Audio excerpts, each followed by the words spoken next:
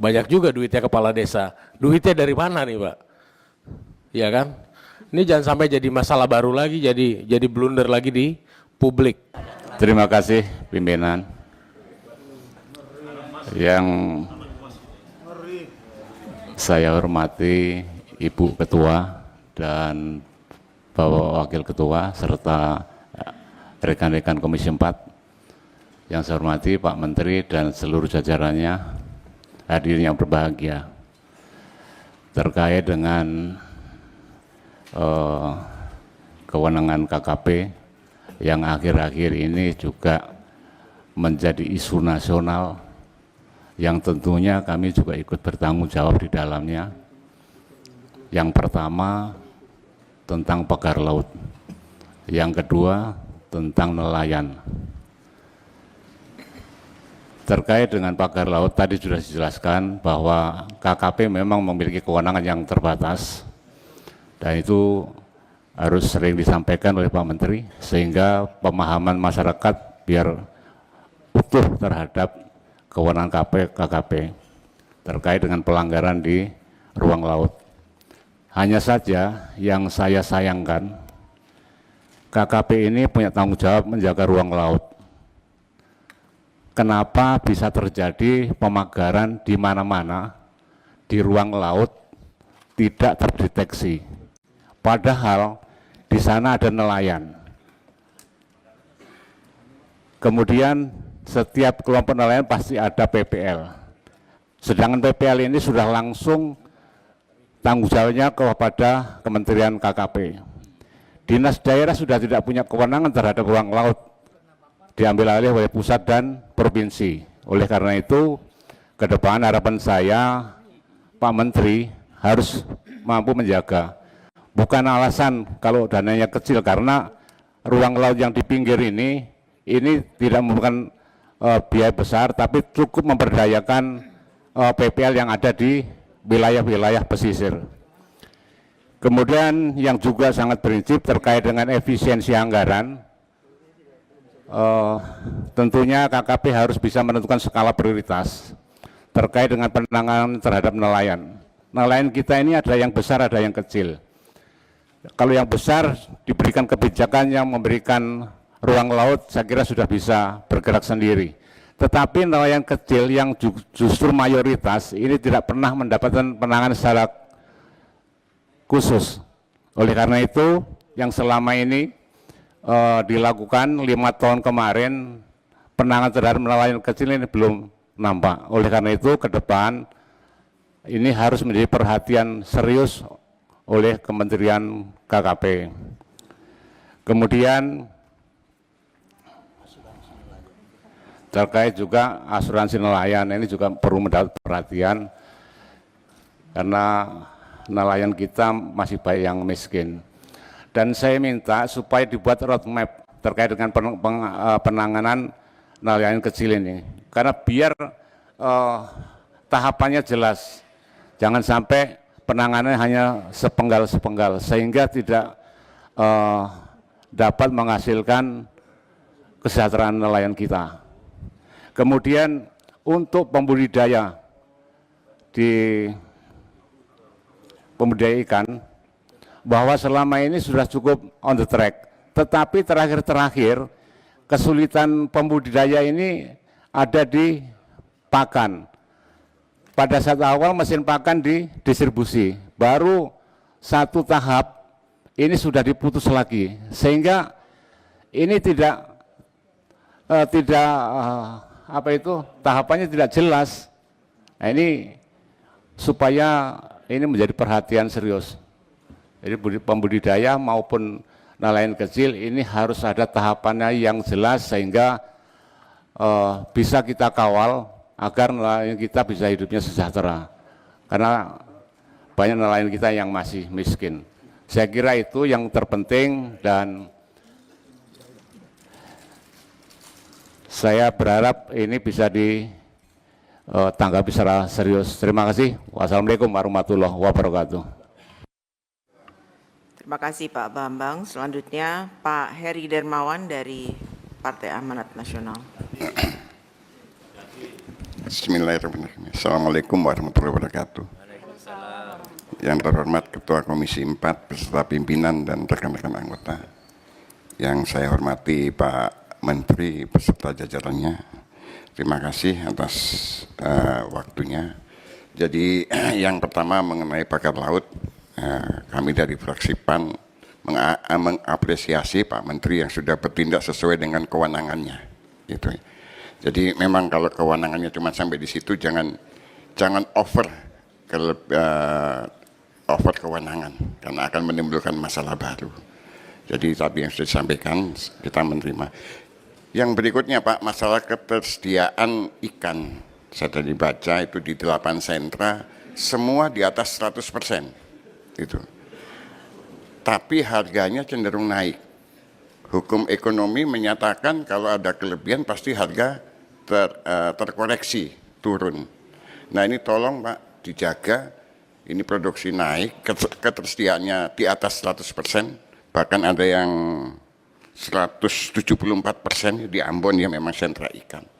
Nah ini bagaimana nanti mendistribusikan dari 8 sentra ke seluruh Indonesia, tapi tolong dijaga harganya supaya tidak mengalami lonjakan.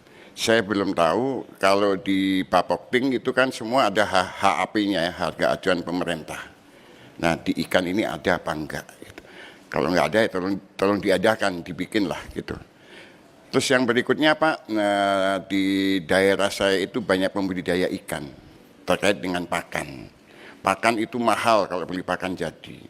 Mereka juga sudah bisa bikin pakan sendiri, tapi terkendala dengan peralatan, yaitu mesin pelet yang tidak mampu mereka beli walaupun secara berkelompok. Alangkah indahnya kalau kementerian bisa menyediakan alat pelet mini atau portable bagi kelompok-kelompok pembudidaya ikan. Itu saya rasa itu juga tidak mahal. Karena pakan itu di ikan yang setahu saya menyedot sama hampir 70% dari biaya produksi. Gitu. Yang terakhir Pak, di pertanian PPL-nya itu penyuluhnya itu 32.000. Ya, kehutanan juga punya penyuluh, peternakan juga punya penyuluh. Nah, perikanan ini yang belum termonitor berapa banyak penyuluh. Nah, itu kalau memang masih sedikit ya diadakan yang banyak sehingga kejadian-kejadian seperti pagar laut nanti itu bisa termonitor lebih awal. Saya kurang tahu berapa banyak jumlah penyuluh perikanan karena saya belum pernah mendapatkan datanya. Mudah-mudahan ini bisa menjadi perhatian utama dari kementerian. Saya rasa itu Bu Ketua. Terima kasih. Akhirul kalam wa billahi taufiq wal hidayah. Wassalamualaikum warahmatullahi wabarakatuh. Terima kasih Pak Heri. Selanjutnya dari PKS Ibu Saadiah Uluputi. Terima kasih Bu Ketua. Bismillahirrahmanirrahim. Assalamualaikum warahmatullahi wabarakatuh. Selamat siang, salam sejahtera bagi kita sekalian. Pimpinan, Ibu Ketua dan para Wakil Ketua yang saya hormati, serta para anggota Komisi 4 yang saya hormati, Pak Menteri, KKP, Pak Sekjen, para Dirjen, dan seluruh jajaran KKP yang saya hormati. Sebelumnya saya mewakili fraksi PKS mengucapkan selamat memasuki bulan suci Ramadan. Mohon maaf lahir dan batin. Ya, mudah-mudahan kita semuanya selalu diberikan kesehatan untuk menjalankan ibadah di bulan Ramadan dan juga tetap kontributif menindaklanjuti apa yang disampaikan oleh Pak Menteri. Kami punya beberapa catatan. Yang pertama soal pagar laut, ini adalah rapat lanjutan dari tanggal 23 Januari. Sebagaimana yang disebutkan, ada beberapa hal yang ingin saya pertajam terkait dengan penjelasan yang disampaikan oleh Pak Menteri tadi. Yang pertama, bagaimana mekanisme pengawasan dan penegakan hukum KKP terhadap pelanggaran izin pemanfaatan ruang laut. Yang kedua, mengapa sanksi yang dikenakan bagi pelaku pagar laut ini hanya dikenakan sanksi administratif. Tadi disampaikan oleh Pak Menteri bahwa 48 miliar ini apakah dia menjadi salah satu sanksi. Ini diatur dalam regulasi, sehingga kalau misalnya tadi disebutkan bahwa kepala desa A dan juga stafnya T, apakah ini sanksi ini berlaku bagi mereka? Apa ada kebijakan baru yang direncanakan oleh KKP untuk mencegah pelanggaran serupa di masa mendatang? Ini juga perlu dibuat sehingga tidak terjadi kecolongan ataupun hal-hal yang serupa di masa-masa yang akan datang. Terkait dengan apa yang disampaikan juga soal kelangkaan ikan ya Pak, tadi dalam paparan bahwa dari data KKP ini Ambon dan Makassar berpotensi mengalami kelangkaan. Ini bagi saya anomali sih Pak ya. Daerah yang merupakan lumbung ikan nasional tapi kemudian langka Pak. Saya menawarkan konsep giant cold storage Pak. Kita semua, terutama saya dari Dapil Maluku, masih terus mengharapkan terkait dengan bagaimana program lumbung ikan nasional yang telah kita digagas oleh dua presiden sebelumnya, Pak Jokowi dan Pak SBY. Kemudian saya korelasikan dengan asta-citanya Presiden Pak Prabowo pada asta-cita kelima, hilirisasi dan industrialisasi hasil-hasil sumber daya alam, dan konteksnya adalah sumber daya perikanan kita Pak. Kita masih perlu untuk melihat potensi-potensi lumbung ikan. Ini menjadi salah satu potensi yang memang harus dikembangkan, dan berbagai program yang juga disampaikan oleh Pak Menteri, misalnya soal PIT ya Pak, saya angkat sedikit, apakah PIT akan tetap diimplementasikan ataukah tidak? Mohon ada penjelasan kepada kami agar kami juga bisa mengerti dan juga bisa ikut membantu sosialisikan kepada berbagai stakeholder yang ada. Yang berikutnya soal kelangkaan bahan bakar minyak Pak. Ini juga berkorelasi positif terhadap potensi kelangkaan pasokan ikan. Dalam kunjungan kami ke beberapa daerah, terutama saat bertemu dengan nelayan, nelayan selalu mengeluhkan soal kelangkaan BBM ataupun mahalnya BBM di beberapa tempat. Dari data yang kami himpun ada 19,41 juta kiloliter ini dialokasikan untuk perlindungan sosial, dalam hal ini subsidi BBM. Dan dalam kuota ini ada jatah untuk nelayan.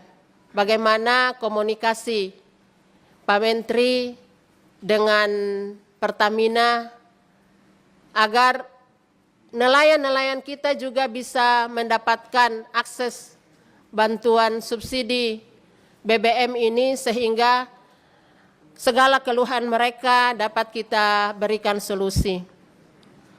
Yang terakhir Ibu Ketua, Pak Menteri, soal keikutsertaan KKP dalam program makan bergizi gratis, bagaimana pola pengaturan dan tata kelola serta kerjasama pangan dalam komoditi perikanan dan menopang gizi untuk protein.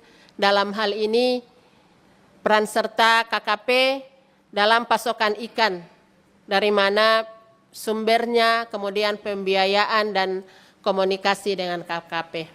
Demikian dari saya Ibu Ketua, mohon maaf jika ada hal-hal yang kurang berkenan.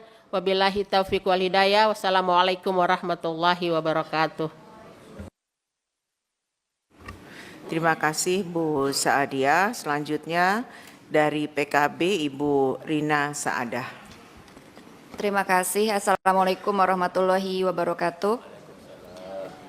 Yang kami hormati pimpinan beserta seluruh jajaran, Pak Menteri beserta seluruh jajaran, kami dari fraksi Partai Kebangkitan Bangsa memberikan dukungan penuh kepada Kementerian Kelautan dan Perikanan untuk tetap istiqomah dan optimis dalam melaksanakan program-program ekonomi biru yang merupakan ikon kinerja pemerintahan dan Pak Menteri meskipun tengah dalam suasana anggaran yang ketat akibat efisiensi. Untuk itu, dengan adanya efisiensi dalam tahun anggaran 2025, fraksi PKB ingin mendapatkan penjelasan Pak. Jika tahun 2024 KKP menghasilkan PNBP sebesar 2,4 triliun, nah untuk target PNBP sektor kelautan perikanan tahun 2025 kira-kira sudah ada target berapa Pak? Dan juga mohon dijelaskan rincian kontribusi masing-masing sumber PNBP yang menjadi target tersebut. Terus juga kami juga ingin mendengar target investasi sektor kelautan dan perikanan karena kami melihat sekarang ini yang dibutuhkan oleh pemerintah adalah kreativitas dari masing-masing kementerian dengan adanya efisiensi ini. Dan kami melihat sektor kelautan dan perikanan ini menjadi potensi yang luar biasa, apalagi untuk pengelolaan pulau-pulau kecil yang ada di sektor kelautan. Dan apakah ada Pak, misalnya tiap periode kementerian itu yang menjadi pembahasan selalu masih aja misalnya Bali, kalau enggak Bali, NTB, NTT, ada enggak misalnya satu sektor pariwisata di sektor kelautan yang menjadi fokus kementerian sebagai target investasi ataukah target pengelolaan. Karena sekarang ada salah satu gebrakan dari Thailand itu 6 negara satu tujuan. Nah, kami khawatir dengan ada gebrakan kebijakan dari negara tetangga itu bisa mengganggu sektor pariwisata kita. Nah, sektor pariwisata di Indonesia kan salah satunya ada sektor kelautan gitu. Nah, ini menjadi salah satu poin penting bagaimana kebijakan Bapak Menteri untuk bisa menarik kembali sektor kelautan kita supaya menjadi lebih baik lagi begitu Pak. Terus juga kami juga ingin mendengar bagaimana fokus program Bapak dalam meningkatkan kesejahteraan bagi nelayan. Terima kasih, kami juga mengucapkan selamat memasuki bulan Ramadan 1446 Hijriah dan selamat menjalankan ibadah puasa. Wallahul muwaffiq ila aqwamit thoriq. Wassalamualaikum warahmatullahi wabarakatuh. Terima kasih Bu Rina. Selanjutnya dari Partai Nasdem Pak Rajif.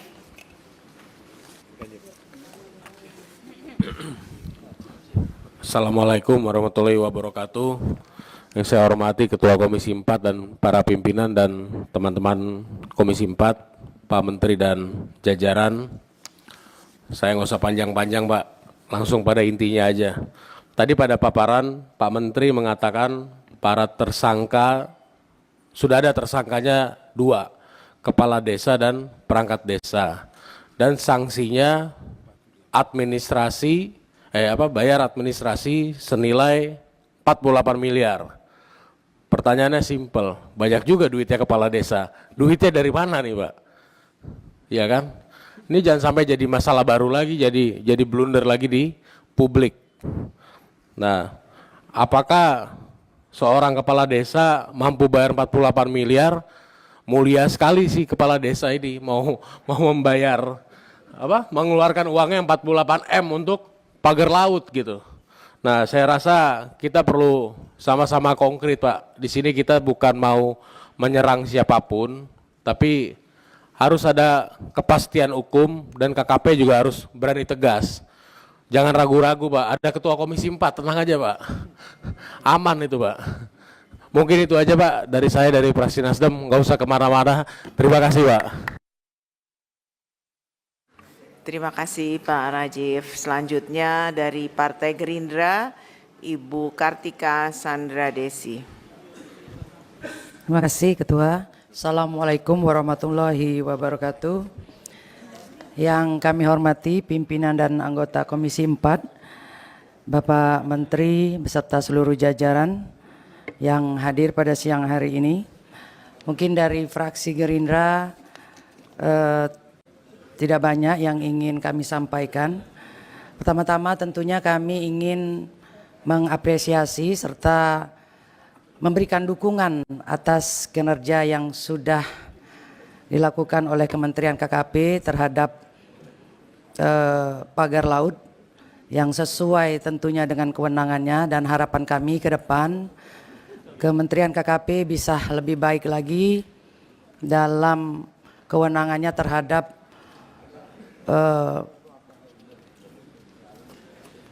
pagar laut supaya tidak terjadi lagi. Kemudian menghadapi bulan suci Ramadan ini, kami ingin menanyakan program-program dari kementerian ini, apakah akan ada bantuan terhadap para nelayan, termasuk mungkin mengadakan pasar murah bagi masyarakat yang sesuai dengan tupoksi dari KKP. Nah, lalu menindaklanjuti paparan dari KKP soal kebutuhan ikan di bulan Ramadan, karena saya asal dari Palembang, Pak Menteri, sepertinya itu agak salah. Masyarakat Palembang itu menjelang Ramadan dan Idul Fitri kebutuhan ikannya tuh otomatis 4 kali lipat. Karena hampir dari seluruh Indonesia ini pesan pempek, pesan kemplang, pesan kerupuk, dan otomatis ini akan menjadi sangat langka, sangat dibutuhkan. Sementara tadi saya lihat cuma kesediaannya hanya 107%. Dan saya pastikan itu akan kurang, Pak Menteri. Karena kami orang Palembang ini kalau nggak makan pempek sari, rasanya meriang, Pak Menteri. Dan dulu Pak Menteri, dari 10 tahun yang lewat, Sumatera Selatan itu selalu mengajukan cold storage di Tanjung Api-Api. Karena kami selama ini membeli ikannya aneh.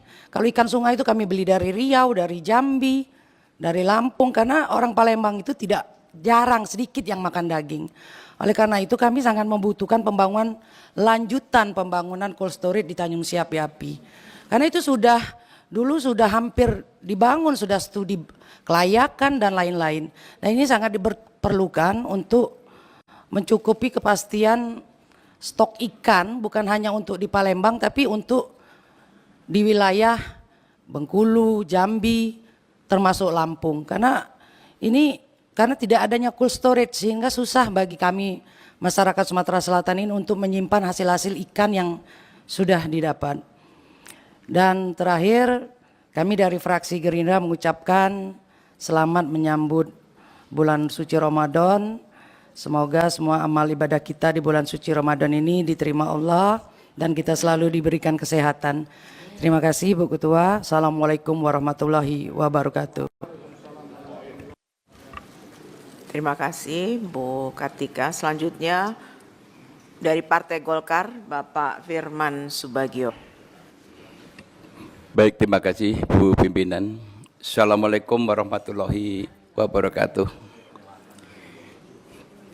Pimpinan yang saya hormati, Pak Menteri, Pak Wamen, beserta seluruh jajarannya yang saya hormati, anggota Komisi 4 yang berbahagia. Pertama, kami ingin menyampaikan bahwa rapat hari ini adalah rapat yang dinanti-nanti oleh seluruh lapisan masyarakat luas karena ingin mendengarkan jawaban daripada Pak Menteri yang terkait dengan masalah pagar laut. Namun tentunya penjelasan yang disampaikan Pak Menteri tadi tidak serta-merta bahwa ini bisa memuaskan daripada harapan publik. Bahkan Pak Rajib tadi mengatakan ini akan ada legitimasi baru tentang sanksi denda yang disampaikan jumlahnya sampai 40 miliar. Nah, oleh karena itu Pak Menteri, saya rasa ini tidak hanya sampai di sini. Dan saya mohon kepada Pak Menteri, ini adalah pihak yang juga dirugikan. Kalau ini sanksinya hanya sanksi administratif, alangkah luar biasanya kita ini memberikan semacam lampu kuning atau lampu hijau kepada calon-calon pelanggar baru yang akan datang. Karena ternyata memagar laut yang 30,16 itu dendanya hanya sangat ringan. Saya melihat atau membidik bahwa persoalan ini tidak bisa diselesaikan dengan sederhana. Saya mencermati dan menyimak bahwa ini ada unsur pidananya. Mohon Pak Rudi dan teman-teman yang menguasai aturan hukum, kalau tidak salah di KUHP pasal 263, 264, itu ada tindak pidana yang ada unsur kesengajaan, yaitu adanya pemalsuan surat-surat, ya, pemalsuan surat-surat dan dokumen yang dipakai untuk melegalkan daripada pemagaran laut yang menjadi aset negara ini. Jadi ini pintu masuk. Dan kedua, saya memberikan apresiasi karena Pak Menteri tadi menyampaikan ini sudah masuk ke wilayahnya kepolisian. Namun tentunya masih ada celah yang bisa dilakukan penyidik daripada KKP untuk menyelidiki tentang pelanggaran itu. Karena KKP termasuk mendidukan, kalau ini Pak Menteri tidak melakukan itu, maka akan terjadi legitimasi seolah-olah Pak Menteri membiarkan. Nah, di dalam undang-undang apapun, oknum dan siapapun yang dengan sengaja melakukan unsur pembiaran, ini juga ada sanksi. Oleh karena ini tidak bisa dibiarkan begitu saja. Oleh karena itu dengan pasal 263, 264 KUHP, ini bisa menjadi pintu masuk untuk penegakan hukum dan secara pidana.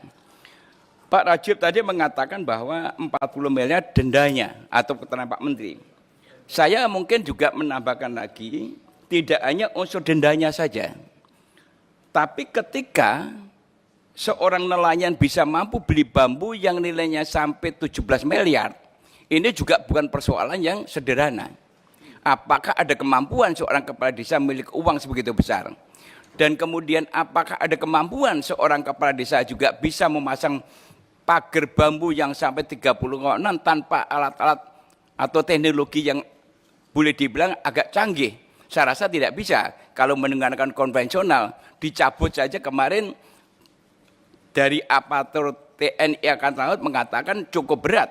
Artinya bahwa ini memang ada satu tindak kejahatan yang direncanakan. Dan ini mengandung unsur terkait kerugian ekonomi negara. Kalau boleh saya masuk lagi lebih dalam, ada Undang-Undang nomor 7 tahun 55. Itu ada sanksi yang terkait tindak pidana kejahatan ekonomi. Saya rasa ini juga bisa masuk gitu. Nah, oleh karena itu saya minta keseriusan Pak Menteri, hendaknya jangan hanya berhenti di sini. Tentunya kami sebagai Komisi 4 akan bersama-sama KKP, karena mitra kerja kami. Jeleknya KKP adalah jeleknya Komisi 4.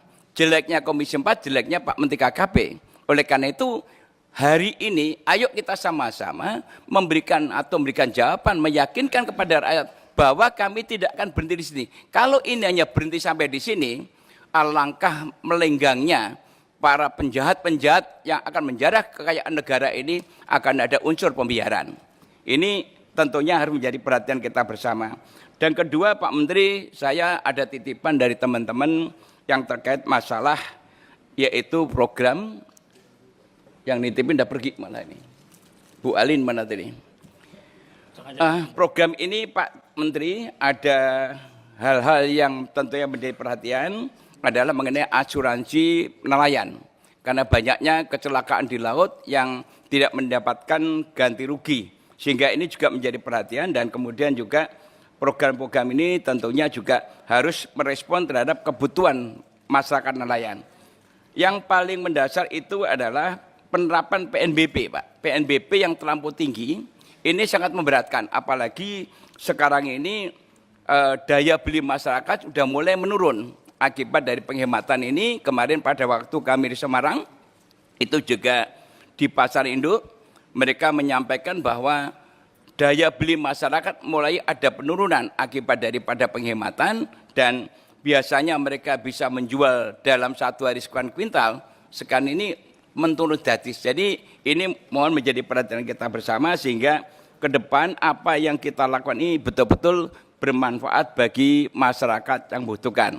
Jadi sekali lagi penekanan saya Pak Menteri, bahwa pagar laut hendaknya jangan berhenti di sini, namun kita harus bisa masuk lagi kepada yang lebih dalam, siapa sebetulnya aktor yang ada di dalam pemagaran laut ini. Karena publik juga tidak bisa dibohongi, mereka juga punya data, dan mereka juga punya bukti-bukti yang bisa dipertanggungjawabkan. Demikian, terima kasih. Assalamualaikum warahmatullahi wabarakatuh. Waalaikumsalam. Terima kasih Pak Firman. Selanjutnya dari PDIP Bapak Profesor Rohmin Dahuri. Assalamualaikum warahmatullahi wabarakatuh. Salam sejahtera untuk semua. Ibu Ketua yang sama-sama kita banggakan, pimpinan dan anggota Komisi 4 yang berbahagia, Bapak Menteri, Bapak Wakil Menteri, seluruh pejabat eselon 1, KKP dan hadirin yang saya hormati. Pertama, kami dari fraksi PD Perjuangan tentunya mengapresiasi karena fakta empiris menunjukkan bahwa instansi yang gerak cepat untuk menindak soal pagar laut, Bu Ketua, adalah memang KKP melalui Direktur Jenderal PSDKP. Tapi cacatan yang keduanya, Pak Menteri, jujur karena kita sepakat bahwa antara Komisi 4 dengan KKP akan tandem yang produktif. Ini kayak layu sebelum berkembang, Pak. Jadi kita harus sepakat bahwa kasus pagar laut itu tidak ecek-ecek, dan objektif utama, the ultimate goal of memberantas pagar laut itu adalah menangkap aktor yang intelektual, Pak. Karena tujuan kita, Pak Menteri, seperti Bapak Menteri saya kira sepakat, adalah untuk memberikan efek jera, dan yang kedua adalah supaya arogansi dan brutalitas dari oligarki di Indonesia itu berhenti, Pak. Karena soal pagar laut reklamasi, not only di Tangerang dan Bekasi, itu di Rempang, di Batam, ya, di Surabaya, dan seterusnya. Dan oligarki yang di-maintain selama 10 tahun terakhir itulah menyebabkan kemiskinan di Indonesia. Memang kalau BPS katakan, Bu Ketua, yang miskin tinggal 9% lagi, tapi garis kemiskinannya terlalu rendah, terlalu munafik tuh. Hanya 580.000 per orang per tahun, Pak Menteri, Bu Ketua. Tetapi kalau garis kemiskinannya sesuai dengan realitas, yaitu $96 per orang per bulan atau 1,5 juta, yang miskin, Pak Menteri, 112 juta itu. Apa prestasi pemerintah kita atau yang miskin itu?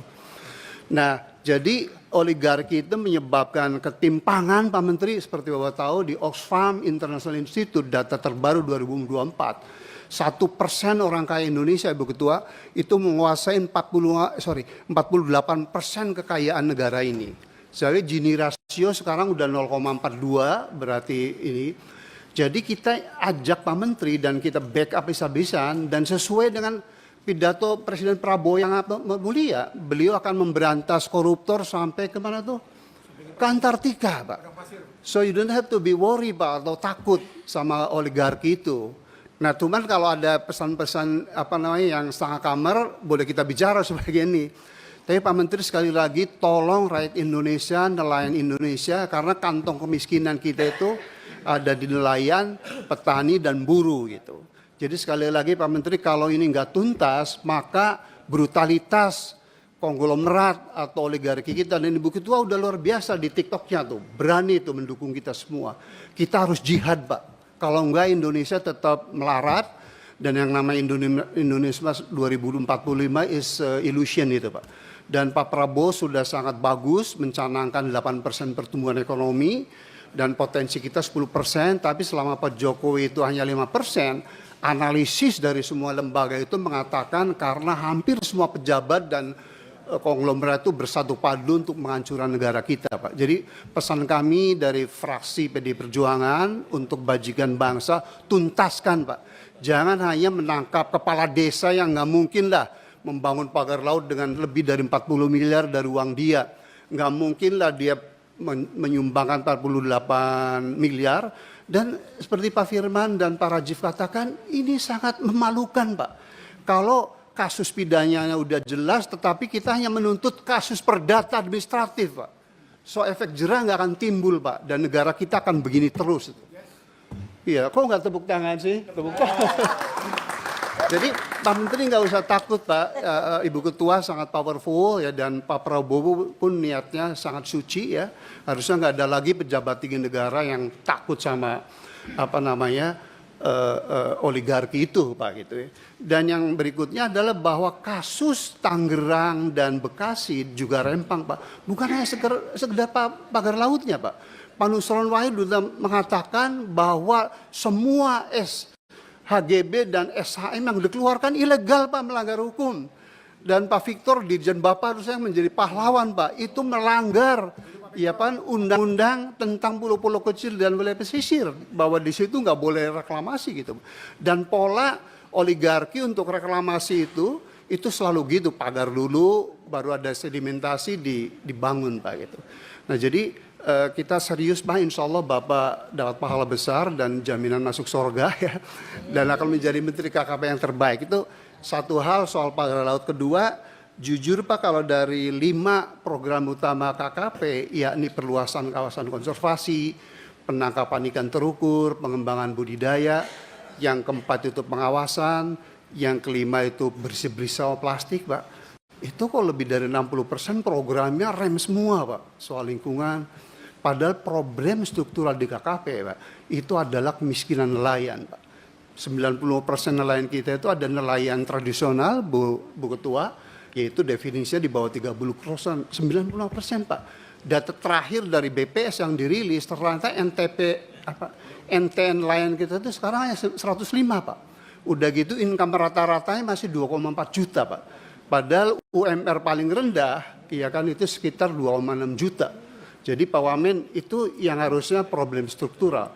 Di bidang perikanan tangkap Pak, saya sedih, problem struktural lainnya adalah soal overfishing dan underfishing. Pantura, kampung saya Cirebon, Indramayu sampai Situbondo udah overfishing sejak saya kuliah Pak, 90. Tetapi ada wilayah yang underfishing, model Tomini, Arafura dan seterusnya, itu yang dicuri oleh nelayan asing Pak. Jadi kemudian yang kedua rantai pasok Pak, Dirjen Perikanan Tangkap Pak Lotariada Pak ya. Itu nelayan itu selalu kayak Ragunya Christina Pak, yang paling pop itu. Jatuh bangun Pak, kalau lagi nggak hasil panen harganya tinggi, begitu nelayan itu panen harganya mendadak sontak tinggi. Yang ketiga betul teman-teman itu, bahwa dari sisi hulunya mengenai BBM, alat tangkap tuh selalu kayak lagu Kristina lagi, nggak ada gitu. Yang kedua di soal betul penangkapan ikan terukur, kami ingin mendapat report Pak, karena program ini bagus, artinya quota base gitu ya. Tetapi kami dengar kok belum ada pengusaha yang tertarik gitu, artinya dagangan kita nggak lakukan Pak. Kalau itu benar, berarti must be something wrong. Boleh jadi program itu, mohon maaf, secara ekonomi tidak atraktif. Jadi kita ingin bantu KKP supaya kita poles menjadi atraktif. Kemudian yang kedua di bidang perikanan budidaya ya, ini lagi-lagi soal produktivitas kita rendah sekali. Kita hanya produksinya ranking keempat di dunia, Ibu Ketua Umum, Ibu Ketua. Padahal juaranya itu sekarang Ekuador Bu, budidaya itu 1,1 juta ton itu. Ekuador itu garis pantainya hanya 2.700 kilo, kita 100.000 Pak. Tapi produksi udahnya hanya ranking keempat. Ini kan something wrong juga Pak mengenai produktivitas, barrier to entry dan seterusnya. Dan di bidang budidaya kami sungguh-sungguh ingin dapat laporan ya mengenai performance dari modeling tambak udang bapa yang di mana kampungnya Pak Daror ini? Di Kebumen Pak. Itu kan dananya kalau saya baca laporan hampir 300 miliar. Padahal anggaran di Jen Budidaya tahun lalu itu hanya sekitar 900 miliar. Jadi sepertiga tersedot ke Kebumen. Padahal fungsi APBN itu yang utama adalah untuk infrastruktur, kemudian regulasi dan pengembangan sumber daya manusia gitu. Dan kami benar-benar ingin dapat report itu, karena kalau gagal nanti Menteri Kelautan Perikanan berikutnya pas susah sekali meyakinkan Kementerian Keuangan untuk mendapatkan dana besar itu. Jadi itu, kemudian terakhir di bidangnya Pak Budi Sulistyo, mengenai peringatan desa ini kan menyedihkan Pak. Kita produsen perikanan terbesar kedua di dunia. Tapi nilai ekspornya Ibu Ketua kita tuh hanya ranking 10 sekarang. Ternyata setelah saya lihat kita hanya mampu mengekspor sekitar 1 juta ton Pak Budi itu. Dari sekitar 23 juta ton produksi perikanan Indonesia. The second largest on earth gitu. Pasti di situ tuh ada problem daya saing gitu ya. Daya saing itu bisa ongkos produksi dari itu. Jadi saya ingin KKP nanti juga Kementerian Pertanian dan jangan program tuh yang superficial yang hanya diliput media massa, tetapi program struktural itu tidak pernah dipecahkan itu. Sekali lagi ketika Juli tahun 99 saya diundang Ketua DPR Pak Akbar Tanjung dan Gus Dur ya mengenai asbabun nuzul KKP ini ada Pak, dulu kan kita di bawah Departemen Pertanian Pak, itu 70% reasoning saya Rohmin Dauri Pak mengenai ekonomi Pak. Jadi flagship dari kementerian ini adalah kesejahteraan, ekonomi, dan kemajuan Pak.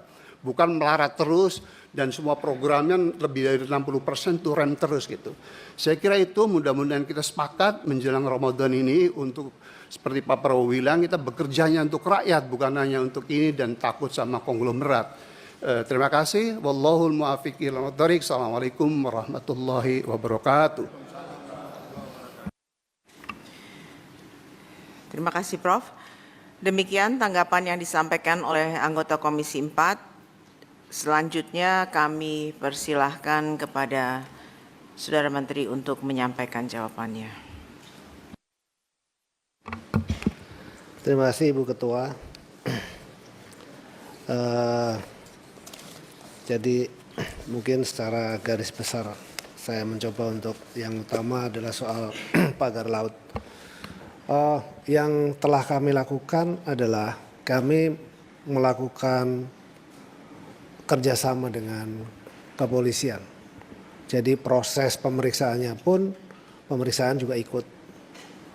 Harapannya apa? Kalau di luar, karena kewenangan kita hanya sampai di situ, kecuali nanti undang-undangnya dirubah lagi gitu. Kewenangan kita di situ, maka untuk hal yang di luar itu. Jadi saya sebetulnya sepakat dengan Pak Pambagio juga dengan beberapa para anggota bahwa siapa, tapi kami kan juga tidak bisa menuduh ketika tidak ada buktinya begitu. Nah sehingga ketika terbukti seorang kepala desa dan perangkatnya lalu kemudian mengakui berdasarkan bukti-bukti, maka tindak lanjut berikutnya adalah itu dilanjutkan oleh kepolisian.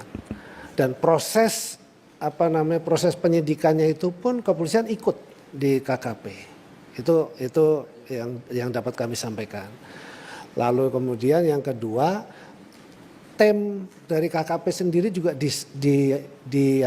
diperiksa sebagai saksi ahli. Saksi ahli bahwa ruang laut itu pengelolaannya seperti apa dan seterusnya. Nah, itu yang dapat kami sampaikan. Mudah-mudahan ini bisa menjawab publik, tetapi kemudian tentu berikutnya seperti yang diinginkan oleh tadi Pak Rohmin, ya kita tidak pernah takut Pak. Insya Allah kita tidak pernah takut. Target dan tujuan kita sudah pasti adalah untuk kepentingan bangsa dan negara, utamanya adalah masyarakat. Nah, tentang 5 kebijakan ekonomi biru itu ada perluasan kawasan konservasi, lalu penangkapan ikan secara terukur, lalu kemudian budidaya, lalu pengawasan pesisir, pulau-pulau kecil, lalu kemudian adalah pembersihan sampah plastik. Sebetulnya ini semua kelihatannya adalah ekologi, domainnya. Tapi sebetulnya di baliknya itu ada ekonomi. Contoh misalnya pulau-pulau kecil Ibu, itu bicara soal bagaimana marine tourism itu bisa bergerak ke sana. Nah dampak yang akan timbul, jadi kita itu terus terang kawasan misalnya pulau-pulau kecil yang indah dan bagus, karena nanti terkait juga dengan lembaga lain yang kita kolaborasikan gitu ya, seperti kayak logistik, infrastruktur dan seterusnya. Dari sisi ekologi merusak atau tidak? Kalau misalnya tidak merusak, itu kita buat prospektus. Nah kita sudah membuat tim untuk membuat prospektus, mungkin dalam waktu tidak lama mudah-mudahan kita sudah memiliki prospektus untuk nomor 1 yaitu soal perluasan konservasi. Nilai ekonominya di mana situ? Carbon trade di situ. Karena konservasi ini adalah tempat pemijahan, lalu kemudian produksi oksigen dan kemudian serapan karbon. Nah ini ada. Caranya gimana? Kalau itu sudah bisa terdeteksi sebetulnya nanti kita bisa sampaikan kepada industri-industri besar seperti kayak misalnya industri airline, industri pabrik atau pertambangan dan sebagainya. Mereka juga harus offset. Ini potensi ekonominya yang belum digali, nah ini sudah kita rancang. Lalu yang kedua penangkapan terukur Pak. Kemarin saya sampaikan di sini sedikit, mohon izin Ibu Ketua. Kemarin kami kedatangan investor dari Peru. Di Peru dia cerita dia tidak mengembangkan budidaya tetapi stok ikannya semuanya dari laut. Dan Peru itu adalah produsen tepung ikan terbesar di dunia. Dia menangkap 1 tahun hanya 2 kali. Awalnya juga sulit untuk menghandle masyarakat nelayan tradisional. Tapi kemudian dengan ketegasan bersama antara pemerintah dengan juga anggota parlemen lah begitu ya. Kemudian mereka cuma 2 kali, cuman bulan November, Desember sampai Januari, kemudian yang berikutnya di bulan Agustus. Sehingga stok ikan di laut itu tetap stabil dengan baik. Lalu kemudian perusahaan besar dan pelaku nelayan tradisional. 30 GT itu adalah dianggap sebagai nelayan tradisional, itu dikendalikan di sana, diberikan kuota. Lalu kemudian perusahaan besar maksimum cuma 5. Di sana begitu, dan mereka stabil sekali. Ini tentu salah satu yang kita adopsi. Lalu kemudian budidaya. Budidaya ini harus menjadi kekuatan Indonesia. Ada 5 komoditi budidaya ya yang harus menjadi kekuatan kita. Mohon izin Pak Rohmin, untuk budidaya, untuk udang saja itu kontribusi ekspor kita itu paling besar. Dari seluruh ekspor rata-rata 5,5 miliar. Udang kita ini hampir seluruhnya itu hampir bisa dibilang masih tradisional penanganan budidayanya. Untuk di Kebumen itu adalah sebagai satu model pengembangan budidaya yang modern. Budidaya itu ternyata maksimum umurnya cuma 10 tahun. Setelah 10 tahun dia harus sudah berubah teknologinya. Nah, ini yang dilakukan di Kebumen. Modelnya Kebumen. Angkanya tidak sampai Pak, 300 cuma 170 miliar.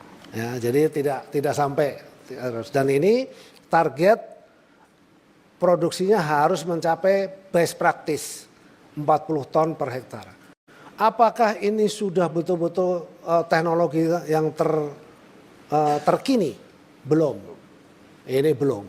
Tetapi at least ini yang paling murah Pak. Karena kalau pakai teknologi yang 1 hektarnya itu produksinya sampai 100 ton misalnya gitu, bisa 7 miliar per hektarnya costnya. Jadi lebih tinggi, nggak kuat juga nantinya. Tapi paling tidak ini sudah memberikan kontribusi lumayan. Jadi sekarang kita hitung trennya itu naik, produksinya naik terus. Dan manajemennya juga harus dirubah terus Pak, mohon maklum. Tapi ini yang paling tidak kami sudah punya itu. Yang kedua kalau Pak Rohmin melihat Pantura, ada 78.550 hektar di Pantura itu eks tambak, udang, windu dan lain-lain. Ada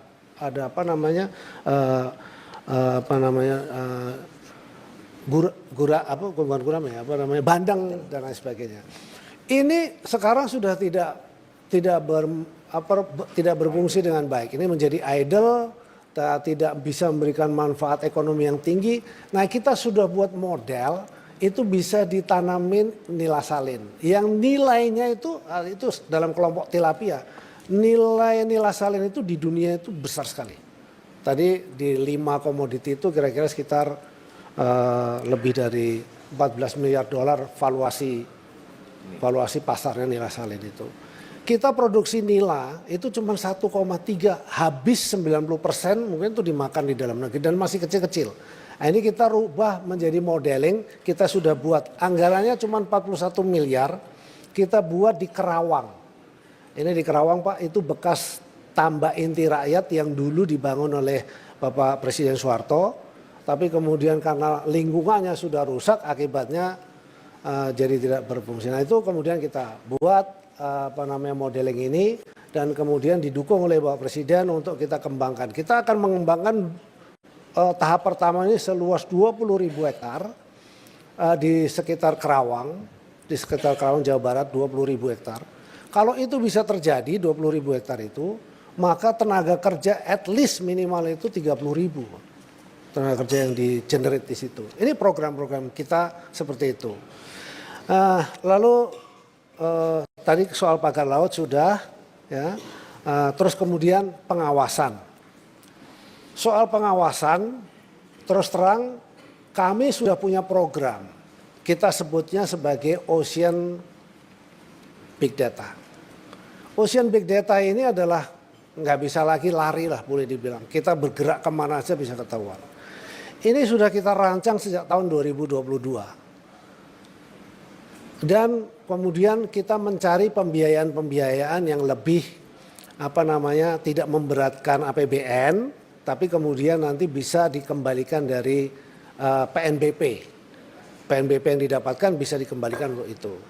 Nah, ini sudah kita rancang, alhamdulillah sudah sebetulnya tinggal implementasi saja. Termasuk penangkapan ikan terukur sebetulnya bisa jalan kalau ini terimplementasi. Kenapa? Seluruh kapal penangkap ikan itu harus dipasang teknologi yang kita bisa deteksi dia kemana. Pertama adalah untuk mengetahui jumlah ikan yang ditangkap. Lalu yang kedua adalah dia kalau terjadi sesuatu rescue juga segera bisa bergerak. Memang ideal Pak, harus seperti ini. Termasuk penggunaan ruang laut. Penggunaan ruang laut apabila kemudian ada pelanggaran-pelanggaran, sudah tidak seperti sekarang baru ketahuan setelah rame. Ya mohon maaf, memang pengawasan kita manual Pak. Sekarang ini masih manual, melibatkan pemerintah daerah dan kemudian masyarakat, lalu kemudian ada beberapa penyuluh juga gitu ya, dan kita sekali-sekali keliling begitu. Tapi kita memang masih manual. Nah, walaupun demikian tadi terima kasih Pak Romin juga sudah mengatakan bahwa kita yang pertama lah melakukan tindakan terhadap itu. Tapi kita tidak pernah menyerah. Yang pasti mudah-mudahan 2026 nanti, karena ini pembangunannya memang mesti integrated. Kalau ini bisa terjadi seluruh ruang laut, seluruh kegiatan apapun yang menggunakan ruang laut ini akan terdeteksi di sini. Lalu yang kedua, kita akan bisa juga mengembangkan namanya ocean accounting. Pertama,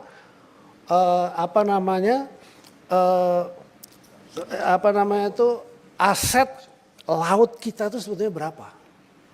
Lalu yang kedua, potensi yang bisa dikembangkan di sana itu seperti apa. Tanpa dia berlawanan dengan ekologi. Karena ekologi harus dijaga. Pertumbuhan umat manusia terus meningkat.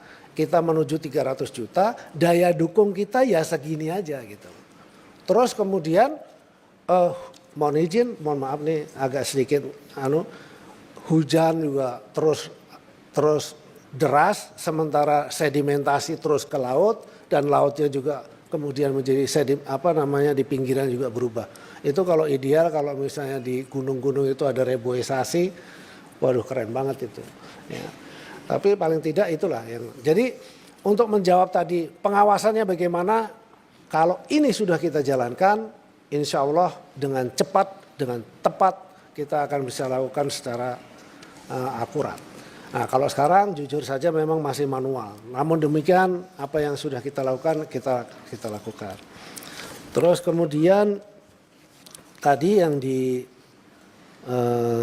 oleh Ibu Ketua soal penyediaan flag ice di Beringharjo di Jogja. Kita siap untuk mengadakan itu agar pedagang ikan di sana tidak kesulitan terhadap es. Lalu kemudian yang di Malang, stok itu kita tidak masalah karena itu bisa didorong dari Surabaya menuju ke sana. Kalau kemudian masih terjadi kenaikan harga, tentu kita akan segera kita akan turun ke lapangan untuk melihat potensi stok. Terus terhadap stok yang di Palembang, saya setuju kalau di Palembang itu kalau disediakan ikan dengan daging maka ikan dulu yang diambil. Nah, kalau saya orang gunung Ibu, jadi senangnya daging. Tapi sekarang saya sudah doyan ikan. Nah di Palembang itu kami menjamin bahwa stok di sana, kebutuhan ikan di sana tidak ada masalah. Jadi kalau 107 itu kurang, ya udah. Nanti kita akan pantau terus Bu, bahwa jenis ikan ketersediaan ikan di sana akan dipenuhi. Kenapa ini Jakarta, Surabaya, Bandar Lampung, Palembang, Medan, Banjarmasin, Makassar, Ambon adalah lokasi-lokasi yang kita sorot bahwa di situ memang demand atau kebutuhan di ikannya itu ada tinggi. Tapi semuanya dalam kondisi aman. Jadi kondisinya tidak ada yang short di situ. Itu. Barangkali bisa saja kalau misalnya 1-2 terhadap jenis ikan yang tidak ada, misalnya begitu. Tapi secara overall, secara keseluruhan itu adalah terpenuhi dan aman. Ada lagi nggak ya? Soal PNBP. PNBP tahun 2025 targetnya adalah 2,8 triliun. PNBP ini juga terus terang kita sorotin dari masing-masing, yaitu dari sumber daya alam. Sumber daya alam itu adalah dari, bisa dikeluarin mungkin PNBP, sumber daya alam itu dari perikanan tangkap. Nah ini dilema Bapak, kalau tadi ada pertanyaan PNBP-nya ketinggian, sebetulnya tidak ketinggian. Memang itu salah satu cara yang sebetulnya sudah sangat memudahkan. Kalau dulu di depan sebelum melaut dia harus sudah bayar, sekarang dia melaut dulu, kembali dia dapatnya berapa, baru dia bayar. Harusnya ini sudah paling ideal. Walaupun pada kenyataannya sebetulnya kita kadang-kadang ya dibohongin juga ya nggak apa-apa. Tapi kalau sudah ada ocean big data tadi dia nggak bisa lari kemana-mana. Itu sehingga PNBP targetnya tadi sempat ditanyakan 2025 adalah 2,8. Di mana terdiri dari PNBP sumber daya alam 1,6 triliun, PNBP lainnya 1,1, PNBP lainnya itu yang paling besar adalah dari ruang laut. Jadi kalau dulu ruang laut di 2021 itu hanya 23 miliar kurang lebih. Terus kemudian kita bergerak, kita perbaiki semua berdasarkan dengan peraturan dan undang-undang yang berlaku. Kemudian meningkat terus. Jadi memang sebetulnya dalam kasus seperti kayak pagar laut, reklamasi yang tidak ada izin, pembangunan hotel, resort di pulau-pulau yang tidak ada izin, itu dulu marak.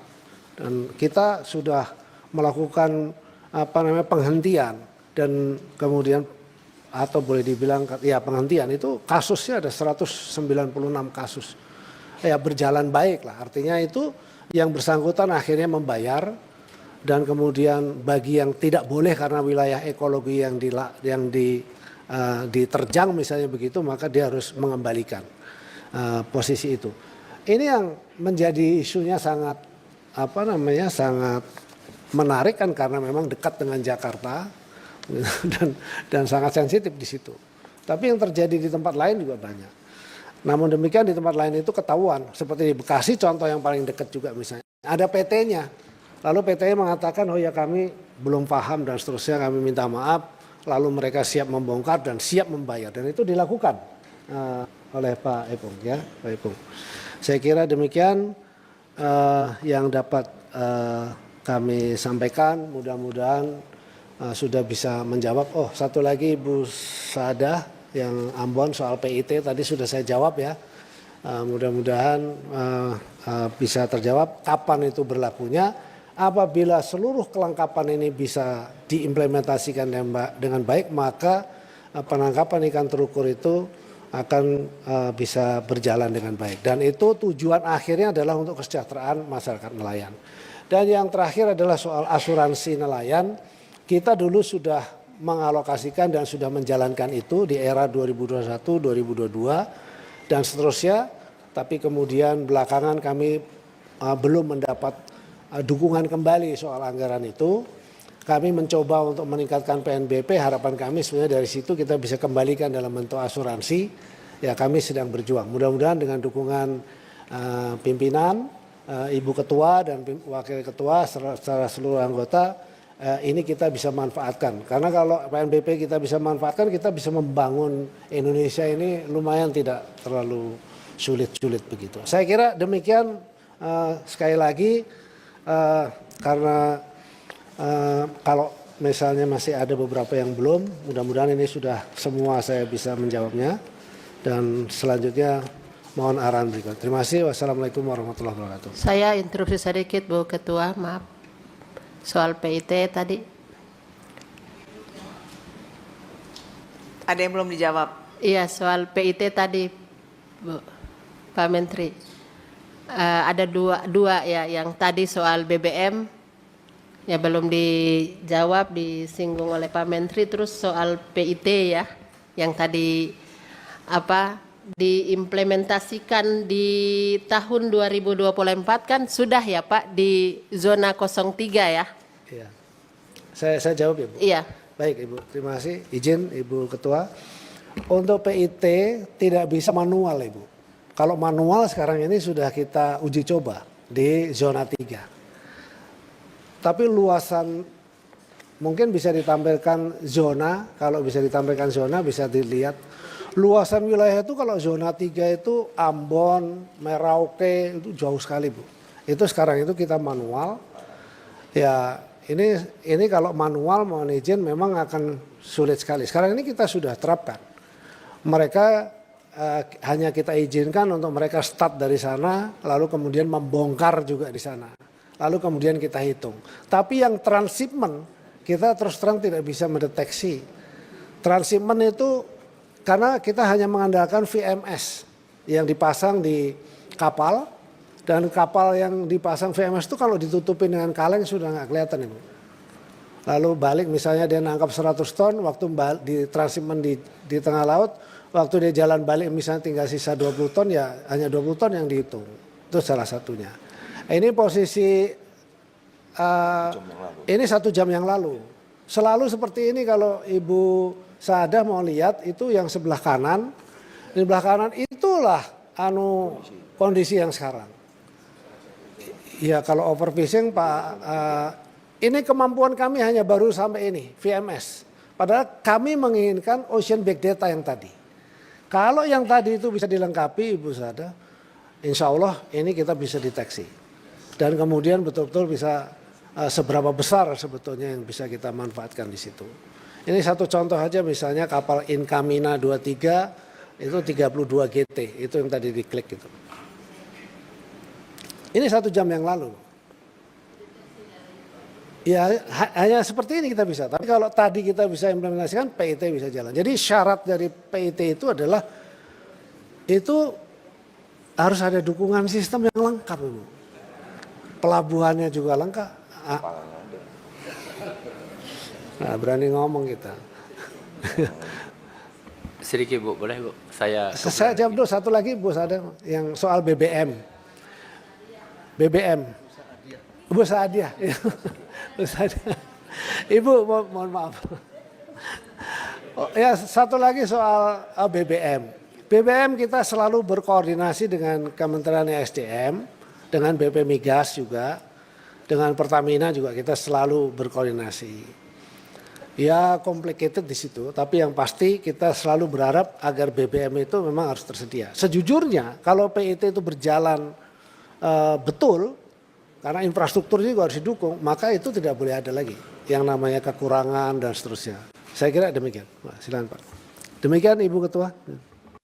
Baik, terima kasih Pak Menteri Izin atas pimpinan. jawabannya. Ini ada beberapa teman-teman akan Izin, melakukan Ibu. pendalaman. Yang mau pendalaman tolong daftar ya. Izin. Ada yang belum dijawab? Ada Bu. Ada Ada yang belum Bu. dijawab? Iya, terima kasih Bu. Yang Pak Menteri belum jelaskan terkait dengan pengawasan pesisir. Jadi tidak perlu menunggu alat canggih dulu.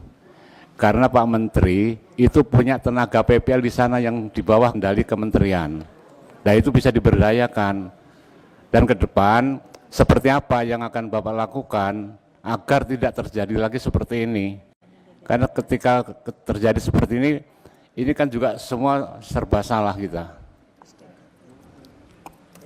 Baik Pak Menteri. Kemudian Pak, belum Bu, Pak, terkait ini dengan Bapak pertanyaan tadi sudah. Ini untuk yang pendalaman ada berapa lagi ini. Jadi kalau yang tadi belum dijawab boleh dijawab sekarang. Tapi kalau ada hal baru lain-lain lagi nanti yang akan pendalaman dari fraksi Bapak yang Bapak titipin ya Pak.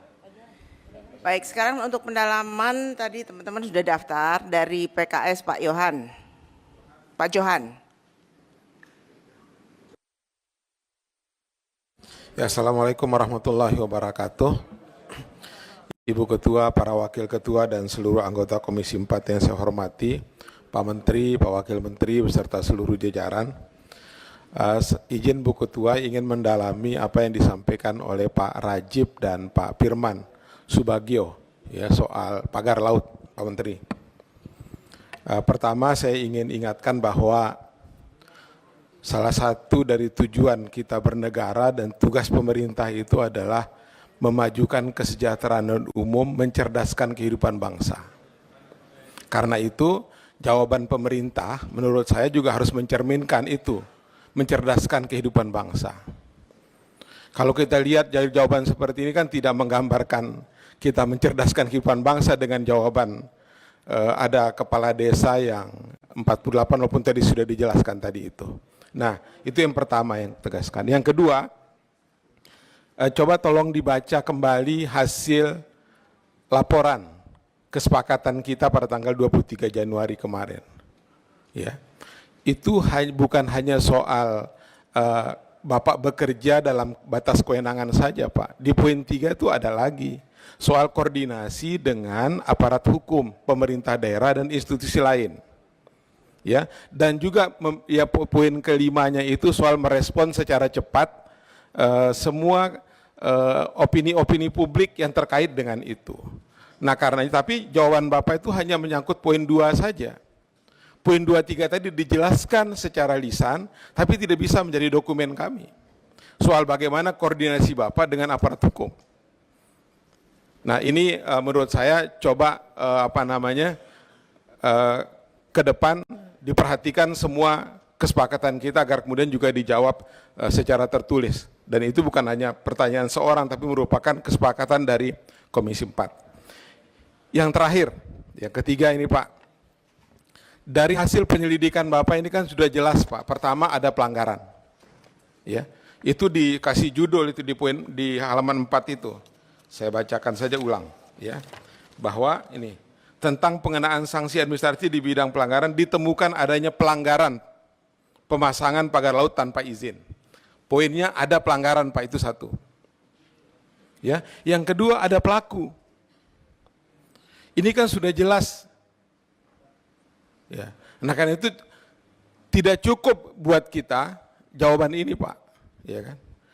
Apa langkah-langkah berikutnya kira-kira? Ya. Apa yang disampaikan oleh Pak Firman Subagio, saya ingin dalami sedikit. Pak, pagar laut ini bukan hanya soal fisik Pak. Kalau saya jadi Menteri KKP Pak, saya yang paling tersinggung dengan adanya pagar laut ini. Tapi Bapak jawabnya datar-datar saja di dokumen ini. Pagar laut bukan hanya soal fisik Pak, tapi di situ ada kerusakan ekologi, ada menghambat nelayan, ada gangguan sosial, ekonomi dan lain sebagainya, lengkap ada di pagar laut itu Pak. Nah, karena itu kalau kita menggunakan undang-undang, saya ingin menggunakan ini sebagai dengan menggunakan alat uji undang-undang darurat negara Pak, yang dulu pernah dipakai sama Soekarno untuk melakukan penyitaan aset terhadap penjahat ekonomi di Republik ini. Kenapa kita pakai ini Pak? Pertama, pelanggaran ada. Yang kedua, ada aspek melanggar, ada aspek menghambat ekonomi rakyat. Itu sudah cukup Pak untuk kita itu sehingga kita tidak membebankan seorang kepala desa, apalagi perangkat desa, dengan anggaran 48 miliar. Kita sudah mengeluarkan uang negara Pak untuk membongkar itu, satu potensi kerugian negara. Yang kedua, uang untuk membangun pagar laut itu, desa itu pakai uang pribadi atau uang desa. Kalau pakai uang desa Pak, potensi lagi kita punya kerugian negara di situ. Karenanya menurut saya, ya saran saya ini Bu Ketua, Pak Menteri, ya aktif Pak, KKP itu melapor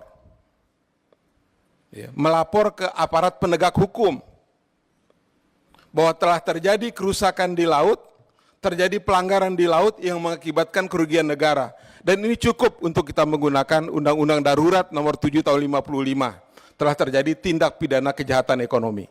Demikian Bu Ketua, Assalamualaikum warahmatullahi wabarakatuh. Baik, mungkin bisa langsung Pak Menteri.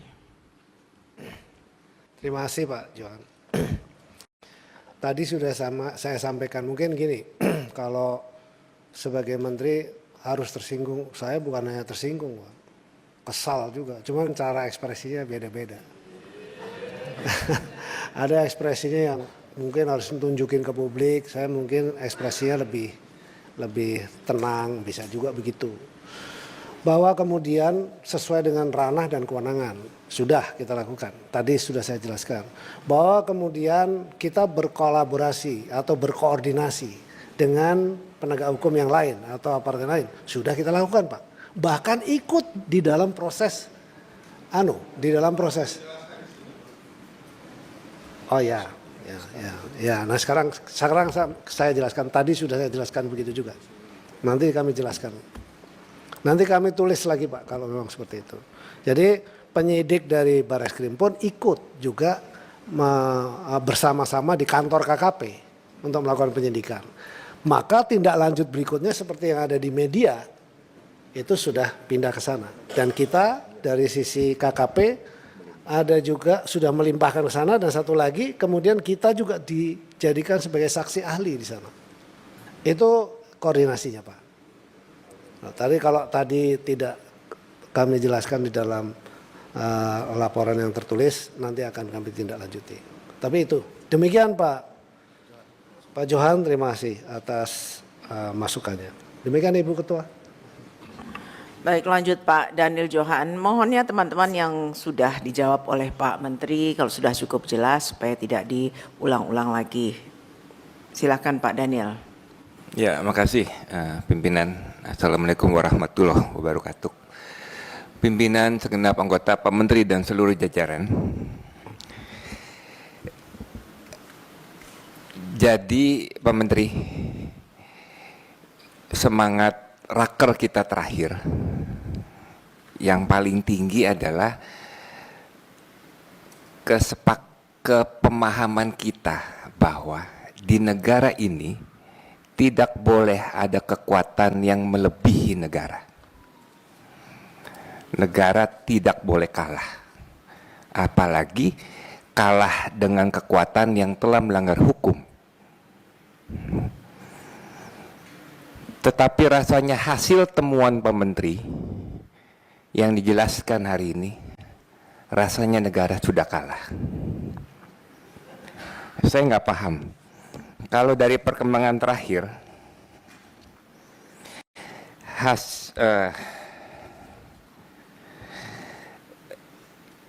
perkembangan kasus pagar laut ini, salah satu pejabat desa Kohot sudah ditahan. Tetapi berita resminya dia ditahan karena tindak pemalsuan dokumen. Ya.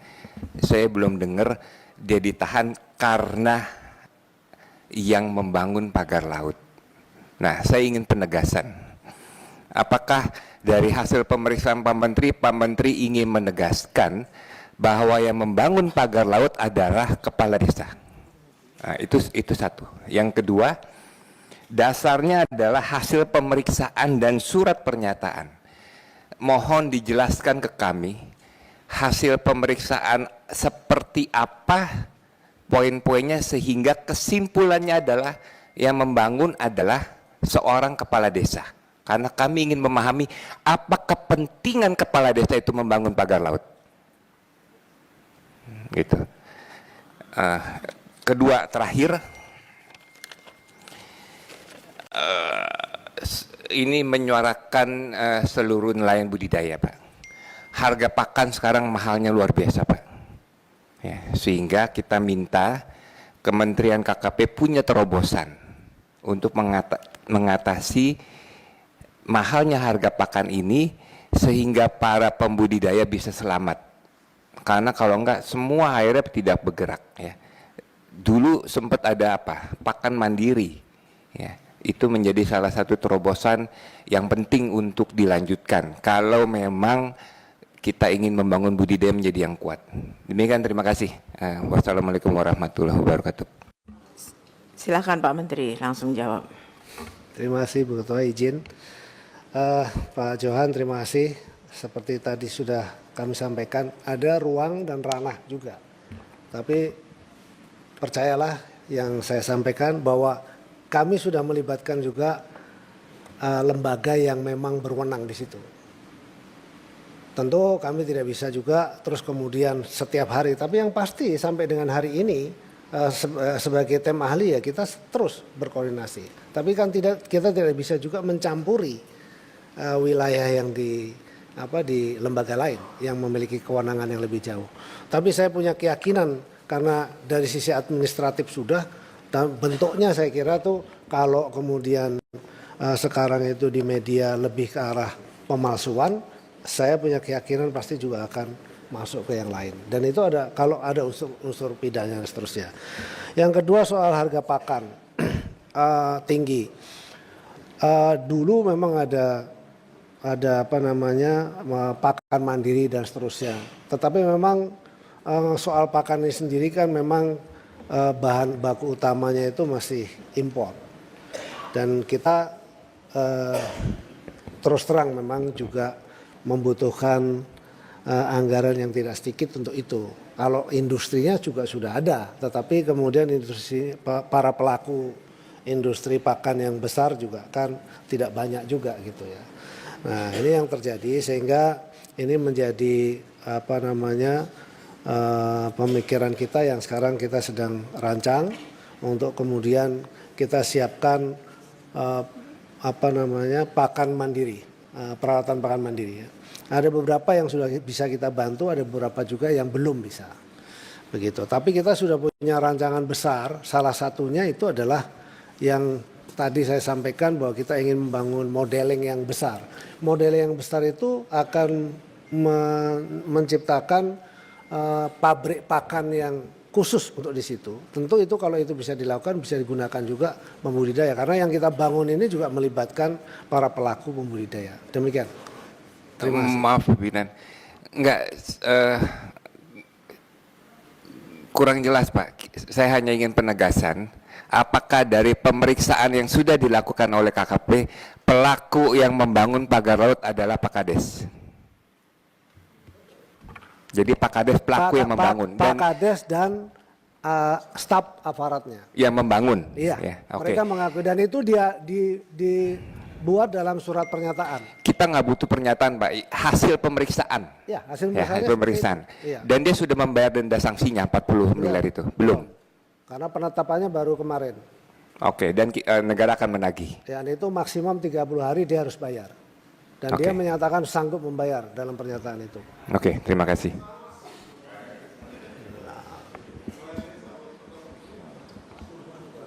Baik, lanjut Ibu Ellen Esther dari Demokrat. Terima kasih pimpinan yang saya hormati serta rekan-rekan anggota Komisi 4, Pak Menteri dan seluruh jajarannya. Tentunya kami pertama-tama mengapresiasi buat Kementerian KKP dalam masalah pagar laut ya, cuma dengan catatan tentunya bahwa hal ini akan segera dituntaskan menyambung dari Pak Daniel Johan, jadi dituntaskan dan transparan. Nah, yang menjadi penyampaian saya pada saat ini Pak Menteri, bahwa pada beberapa waktu yang lalu kami menerima audiensi dari Komisi 2 DPRD Provinsi Sulawesi Utara. Jadi ada dengan pimpinan Pak Haris dan beberapa teman, dan dari apa yang disampaikan oleh DPRD Provinsi Sulawesi Utara, saya pikir itu mirip-mirip dengan apa yang laporan yang kami terima juga dari daerah pemilihan kami, yaitu Sulawesi Tengah, ya, tentang peraturan yang dikeluarkan oleh Kementerian KKP. Jadi kami mohon tentunya kebijakan, dan kami akan sampaikan bahwa yang pertama, nelayan kita baik yang ada di Sulawesi Utara maupun di Sulawesi Tengah itu mengeluhkan beratnya aturan yang ada, ya, yang sudah disampaikan tadi juga, bahwa kapal dengan 20 GT itu maksimal bisa melaut sampai 12 mil. Nah, itu tentunya menjadi batasan yang bagi nelayan terlalu berat untuk mereka patuhi.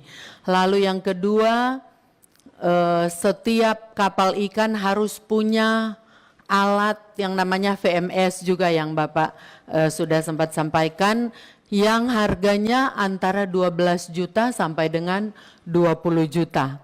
Itu juga bagi nelayan sangat memberatkan, karena kalau kita bisa bandingkan antara nelayan dengan petani, ya, nelayan itu seperti kata Pak Prof, ya, lagu dari Christina, naik turun, ya. Jadi nelayan ada saat dia punya hasil tangkapan ikan banyak, maka senang tentunya, ya. Tapi konsekuensinya harga ikan turun. Nah, di saat dia melaut lalu dapat hasil yang kurang, harga ikan oke. Ya, sehingga bagi nelayan untuk membeli alat dengan harga 12 sampai dengan kisaran 12 sampai 20 juta itu sangat memberatkan nelayan. Jadi ini tentunya saya berbicara sebagai mewakili nelayan-nelayan kecil, Pak Menteri, yang ada di desa-desa. Ya, jadi kebijakan atau aturan ini tentunya perlu dipertimbangkan sehingga akan ada perbedaan antara oligarki dengan nelayan-nelayan kecil yang ada. Terus yang berikutnya, pengurusan izin operasi kapal ikan juga kan hari-hari ini sudah menggunakan sistem online. Ya, jadi semua sudah beres, tapi menunggunya terlalu lama sehingga kapal dengan modal yang cukup besar masih harus terparkir karena belum bisa melaut izin terlalu lama. Jadi mungkin ini Pak Menteri bisa memberikan perintah ke Dinas Perikanan yang ada di tingkat provinsi ataupun ke provinsi. Ya, provinsi ada Dinas Perikanan dan Kelautan. Ya, jadi itu yang dapat kami sampaikan. Dan yang paling terakhir, kami anggota yang ada, mohon maaf, mohon izin pimpinan, kami anggota yang ada masih bertanya-tanya, program dari KKP itu apa ya? Karena kami anggota sepertinya masih kabur. Jadi menanti apa kira-kira program yang bisa turun ke kami anggota yang nantinya tentunya kami bisa bawa ke dapil kami. Demikian, terima kasih banyak, kami kembalikan kepada Ibu Ketua. Monggo Pak Menteri. Terima kasih, izin Ibu Ketua. Jadi kalau Ibu mesti mohon izin bisa dibedakan antara nelayan dan pengusaha. Jadi kalau yang pakai VMS itu rata-rata bukan nelayan tradisional, Ibu. VMS itu pengusaha. Cuman kadang-kadang dia memanfaatkan haknya nelayan. Jadi seperti misalnya BBM-nya dia kan nggak dapat subsidi harusnya. Dia ngambil juga yang subsidi. Terus VMS itu sebetulnya menguntungkan buat yang bersangkutan. Kalau terjadi sesuatu di tengah laut, itu bisa dideteksi. Tujuannya ke sana. Nah, tapi kalau soal harga, itu kan di pasar. Jadi harusnya tidak semahal itu. Sepengetahuan saya tidak sepengah. VMS itu murah sekali. Saya nggak tahu Pak Latif 5 juta, 6 jutaan kalau nggak salah ya. VMS sekitar 6 jutaan lah. Ini Pak Wamen paling mahal tuh 6 juta. Jadi kalau sampai 12 juta mungkin Starlink kali Ibu. Iya, mungkin itu harga di daerah Pak Menteri ya. Ya, kalau Starlink ya bisa jadi karena dia broadband. Jadi kalau yang pakai itu keluhan itu bukan di kita. Kita minta mereka menggunakan itu tujuannya adalah supaya kita kalau ada sesuatu bisa di rescue juga. Tapi terus terang kalau soal harga VMS bukan di kita. Dan itu harus dicek juga apakah dia, menurut saya bukan nelayan kecil Ibu. Karena kami kenal betul nelayan kecil. Nah, nelayan kecil itu tidak menggunakan VMS, bahkan banyak kita berikan bantuan-bantuan. 5 GT ke bawah itu nelayan kecil. Kemudian yang ya izin sebentar Pak Menteri. Jadi kalau memang nelayan kecil beda dengan yang punya kapal. Tapi di kapal itu ABK-nya adalah nelayan-nelayan juga nelayan kecil dan di tempat kami Pak Menteri itu pendapatan dari kapal tersebut itu ada sistem pembagian hasil sehingga sangat berpengaruh juga kalau hasilnya sedikit ya nelayan dapatnya sedikit juga. Terima kasih. Yang kedua soal pengurusan izin kapal, mestinya kalau di kita 10 itu cepat, tapi kalau itu izin daerah di bawah 12 mil ya. Nah, kalau 12 mil, di bawah 12 mil itu ada izin daerah. Nanti kami akan berkoordinasi supaya mereka bisa lebih cepat untuk melakukan itu. Kalau soal program Bu, segera menurut saya. Ini ada Pak Sekjen nanti akan mengoordinir dan Pak Wamen segera. Ya. Terima kasih Ibu. Ya, baik. Selanjutnya Pak Soni dari PDIP. Baik, terima kasih. Bismillahirrahmanirrahim. Assalamualaikum warahmatullahi wabarakatuh. Yang terhormat pimpinan Komisi 4 yang selalu memimpin dengan lugas dan tegas. Yang terhormat segenap anggota Komisi 4 dan yang saya hormati Pak Menteri beserta Wakil Menteri dan seluruh jajaran. Yang tadi yang menyampaikan jawabnya tenang meskipun nyesel kecewa gitu. Itu karena imbas di Komisi 4 itu ada Bu Saadah dan Bu Saadiah. Nah, karena menurut Ustadz Slamet artinya itu ketenangan dan kebahagiaan. Jadi dapat imbasnya kira-kira begitu.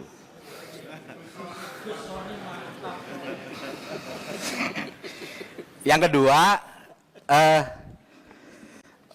menurut Tatip pasal 286, sebetulnya dalam rapat-rapat seperti ini, dalam raker dengan mitra itu paling lambat bahan itu harus diserahkan kurang dari 2 hari.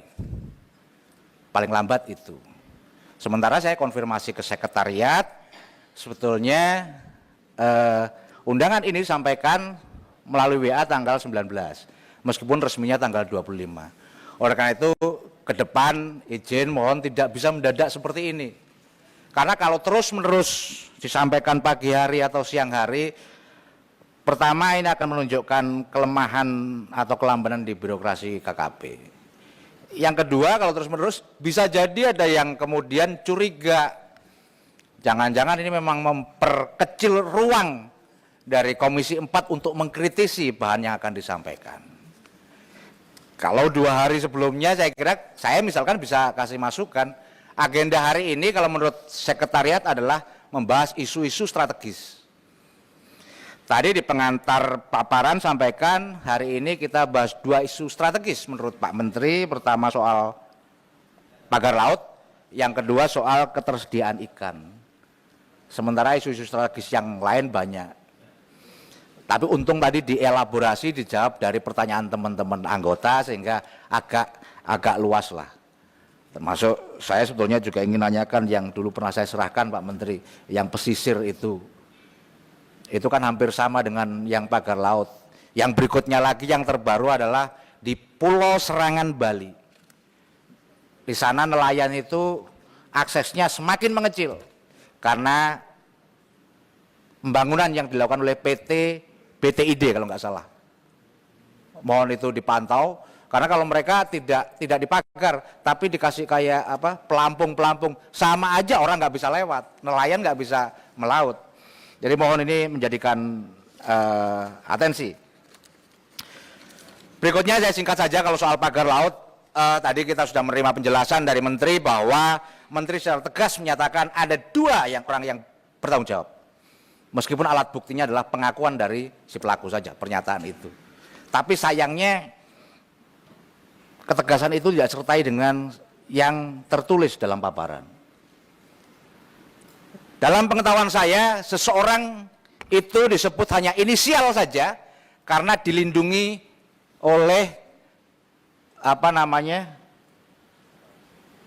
belum ada kepastian. Jadi saya sampai lupa ini. Praduga tak bersalah. Jadi apakah ini hanya salah nulis saja nggak berani atau memang nggak yakin KKP atas dua pelaku ini? Kalau yakin harusnya sebut saja namanya, siapa Pak Kades Kohot itu, siapa perangkat desa itu. Kalau sudah yakin iya, pertanyaan saya berikutnya adalah bagaimana dengan barang buktinya? Apakah bambu yang seharga konon 17 miliar itu akan diambil lagi oleh Kades Kohot beserta perangkatnya, ataukah ini setelah selesai nanti akan dijual, dilelang, hasilnya nanti bisa untuk nelayan yang selama ini menjadi korban? Apa itu dimungkinkan? Saya kira itu sangat dimungkinkan. Sama dengan saya berterima kasih sempat nelayan di Muncar Banyuwangi itu kan dapat perahu sitaan kalau nggak salah itu ya. Nah itu kan kita agak susah rapat hari ini menjawab rasa ketidakadilan masyarakat. Kalau memang ternyata yakin mohon itu ditulis bahwa siapa pelaku tanpa inisial. Dan kalau memang benar, agar saya juga agak bingung, tadi sudah teman-teman nanya mungkinkah bayar 48 miliar dan sebagainya. Tapi saya kira kita juga tidak bisa paksakan KKP melebihi kewenangannya. Saya hormat atas itu.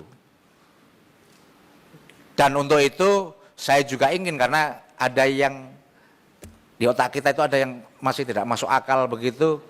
Di forum ini kalau memang terbukti bahwa kepala desa adalah pelakunya, saya minta kepada Kades dan perangkat desa itu untuk menjadi justice kolaborator. Karena di kepala kita masih merasa bahwa itu adalah sesuatu yang mustahil. Bukan saja hal yang mustahil. Meskipun beliaunya katanya punya Rubicon dan sebagainya, tapi menyiapkan 17 miliar untuk bikin pagar laut sementara dia tidak merasakan manfaat atas itu. Kayaknya kita sedang dibohongi secara berjamaah. Oleh karena itu sekali lagi di forum ini semoga saja nanti sebentar lagi kan bulan Ramadan, bulan penuh maghfirah gitu katanya. Kemudian bisa menjadi justice kolaborator dan tentu aparat yang berwenang akan melindungi keselamatan dari si justice kolaborator. Saya rasa itu saja, kurang lebihnya mohon maaf. Assalamualaikum warahmatullahi wabarakatuh. Terima kasih Ibu. Mohon izin.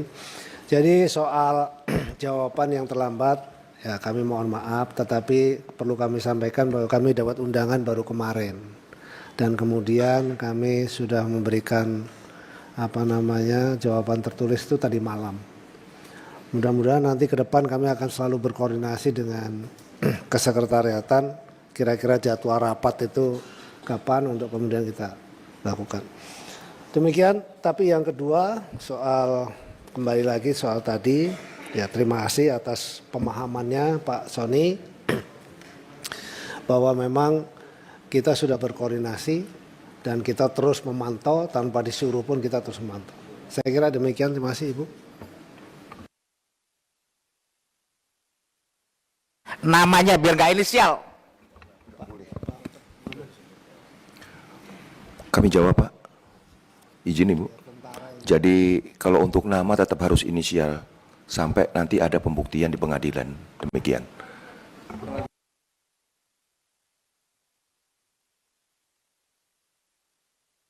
Baik, lanjut Pak Khalid, Gerindra. Assalamualaikum warahmatullahi wabarakatuh. Bu Ketua, pimpinan, teman-teman anggota Komisi 4 yang saya banggakan, Pak Menteri, Pak Wamen, Pak Sekjen, Dirjen, dan seluruh KKP. Sebenarnya saya pikir dari awal tadi, rupanya saya mungkin giliran terakhir. Dan banyak sekali sudah dilakukan pendalaman menyangkut dengan pagar laut. Saya tidak lagi mendalami, sudah sangat dalam ini sebenarnya. Menyangkut pagar laut sudah banyak dalam, teman-teman sudah mempertanyakan dari berbagai versi pertimbangan dan sebagainya. Tapi saya di terakhir mungkin pertama Pak Menteri, saya yakin apalagi tadi Pak Menteri menyampaikan kita juga punya hati, punya perasaan terhadap itu. Maka saya menghimbau, sebenarnya Pak Menteri tahu bagaimana suasana hati kami menyangkut dengan pagar laut itu. Jadi keinginan kita yang sama, kita sama-sama cinta tanah air. Jadi ini mungkin kewenangan Pak Menteri juga punya batasan, tetapi ini hati kita, persamakan persepsi dan hati kita ini bagaimana hal itu tuntas. Tetapi tentu jangan melampaui kewenangan. Saya pikir apa yang Pak Menteri lakukan selama ini sudah cukup bagus, kemudian terus dipantau agar permasalahan itu tuntas. Kemudian tadi ada mau saya sela sedikit pas lagi penjelasan menyangkut dengan pengamanan laut secara menyeluruh, apalagi kan kita ada 10 negara yang berhadapan langsung dengan kita. Kalau kita ada penangkapan terukur, juga harus ada pengamanan terukur. Tadi ada batasan seperti Pak Menteri sampaikan, ada keterbatasan alat dan lain sebagainya. Ada enggak skema di kita atau grand design secara menyeluruh untuk pengamanan terukur secara menyeluruh? Itu sih butuh anggaran berapa sehingga perbatasan kita yang berhadapan langsung dengan 10 negara itu bisa betul-betul aman. Ini tadi saya musyawarah, tapi saya masuk di pendalaman, saya perlu itu. Karena mungkin saya perlu data-data itu, perlu penjelasan sedikit agar negeri kita ini aman. Apalagi Pak Prabowo selalu menyampaikan ada kebocoran laut dan lain sebagainya. Terima kasih. Assalamualaikum warahmatullahi wabarakatuh.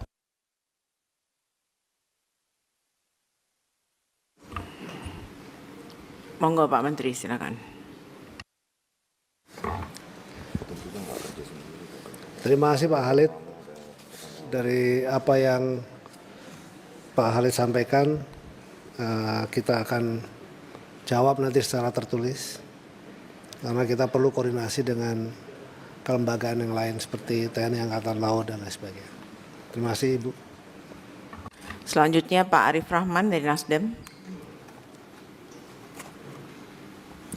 Ya, izin Ibu Pimpinan dan pimpinan yang lain. Dan yang saya hormati Pak Menteri, Pak Wamen, dan seluruh jajarannya. Tadi memang hampir semua sudah mempertanyakan masalah pagar laut. Tapi sebenarnya saya ingin lebih bicara tentang bagaimana ke depannya supaya Pak Menteri tidak direpoti lagi. Makanya saya meminta kepada Pak Menteri dan jajarannya harus melakukan investigasi secara menyeluruh. Ini kan hanya bicara tentang Bekasi dan Tangerang yang memulai itu menjadi ramai gitu loh.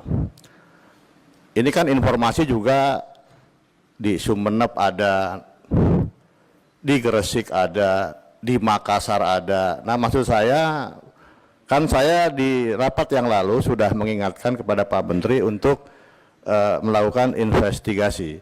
Kalau bicara tadi masalah tersangka atau bukan, saya paham itu bukan wewenang Pak Menteri, tapi itu pasti wewenang dari pihak kepolisian untuk nanti mengungkapkan. Tapi yang terpenting bagaimana Pak Menteri juga bisa memberikan kepada kami di mana saja sebenarnya sudah ada pagar-pagar laut. Jangan sampai nanti pas setelah viral, ini rame lagi. Nah itu yang menjadi penekanan saya kepada Pak Menteri dan seluruh jajarannya supaya juga ada investigasi di mana, karena di media, di berita-berita juga banyak sekali pagar-pagar laut yang ada. Cuman kan yang mencuat di Tangerang karena berkaitan dengan masalah PSN dan lain-lain. Nah kedua, saya hanya ingin menyampaikan kepada Pak Menteri tadi berkaitan dengan persiapan masalah ikan di menjelang Ramadan ini. Mungkin hampir sama Pak Menteri, bahwa saya ini dapil saya Banten 1 Pandeglang Lebak. Kita itu mungkin baru sekarang ini di Pandeglang Lebak ini saya yang masuk di Komisi 4 nih ngurusin masalah perikanan kelautan. Sebelum-sebelumnya tidak menjadi menarik mungkin, padahal garis pantai kita itu 2 kabupaten ini 571 km. Kita ada 8 tempat pelelangan ikan di Pandeglang dan 10 tempat pelelangan ikan di Lebak. Saya datang kunjungan itu karena saya ini berkaitan dengan masalah pasokan ikan ke Jakarta, Ibu Pimpinan. Karena di Banten ini, Pandeglang ini juga menjadi penunjang untuk Jakarta, Pak Menteri. Itu penting sekali diperhatikan. Nah ini kita pun bingung ketemu dengan nelayan-nelayan ini karena di kita itu yang terbanyak adalah nelayan tradisional, Pak Menteri. Nah ini harus menjadi perhatian. Dan saya meminta ke Pak Menteri juga menugaskan, kebetulan ada, saya lihat, waduh ada TB nih dirjennya kan, itu bagus, berarti kan orang Banten nih. Tolong ditugaskan secara khusus Pak Menteri untuk memperhatikan Banten ini, karena bagaimanapun Banten ini sebagai salah satu penunjang Pak Menteri untuk pasokan ikan ke Jakarta. Bahkan orang Banten ini belum tentu makan ikannya karena dibawa ke Jakarta. Saya datang pelelangannya dari tahun sekian juga tidak pernah ada bantuan dan lain-lain karena ini berkaitan dengan pendapatan asli daerah Pandeglang dan Lebak ini yang memang baru selesai dari status daerah tertinggal Pak Menteri. Jadi memang tingkat ekonomi kami rendah sekali, jadi perlu support dari Pak Menteri untuk perhatiannya secara khusus ke Pandeglang dan Lebak, Banten terutama. Ya mungkin itu dari saya, tapi yang paling penting Pak Menteri tadi, Pak Menteri sudah bisa melakukan investigasi masalah pagar laut supaya tidak viral. Kalau kata kiai-kiai viral, kalau viral baru muncul Pak Menteri capek nanti. Waduh, saya teriak lagi nanti Pak Menteri. Dan itu fokus saya. Dan mengenai memang ini agak sulit menurut saya. Salah satu anggaran juga ada efisiensi dan lain-lain. Dan saya yakin juga kapal-kapal kementerian di KKP ini nggak bisa jalan nih Pak Menteri. Efisiensinya terlalu jauh.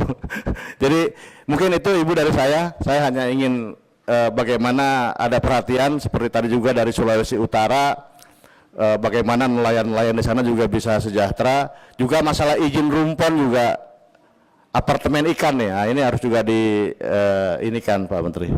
Mungkin itu, terima kasih. Baik, silakan Pak Menteri. Izin Ibu Ketua. Terima kasih Mas Arief. Untuk pengawasan secara sebetulnya tadi sudah kami sampaikan sudah terjadi kalau saya bilang penangkapan pelanggaran lah. Itu ada 196 kasus yang kita tangani sebetulnya seluruh Indonesia. Bukan hanya pagar laut tapi termasuk reklamasi yang tidak ada izin, lalu kemudian pembangunan hotel yang tidak ada izin dan seterusnya gitu, pembangunan resort di pulau-pulau kecil itu kita sudah tangani, ada 196 kasus. Tapi terima kasih, tentu nanti ke depan kita akan lakukan investigasi secara menyeluruh lagi. Di titik-titik tertentu yang sangat memungkinkan untuk itu, diantaranya adalah di daerah Kepri dan seterusnya begitu. Lalu kemudian soal yang di Banten, kan dirjennya sudah dari Banten Pak, jadi insya Allah Pandeglang dan seterusnya, bukan hanya Pandeglang, Banten secara menyeluruh kita menjadi perhatian. Dan saya selalu minta Pak TB juga untuk kembali ke Banten.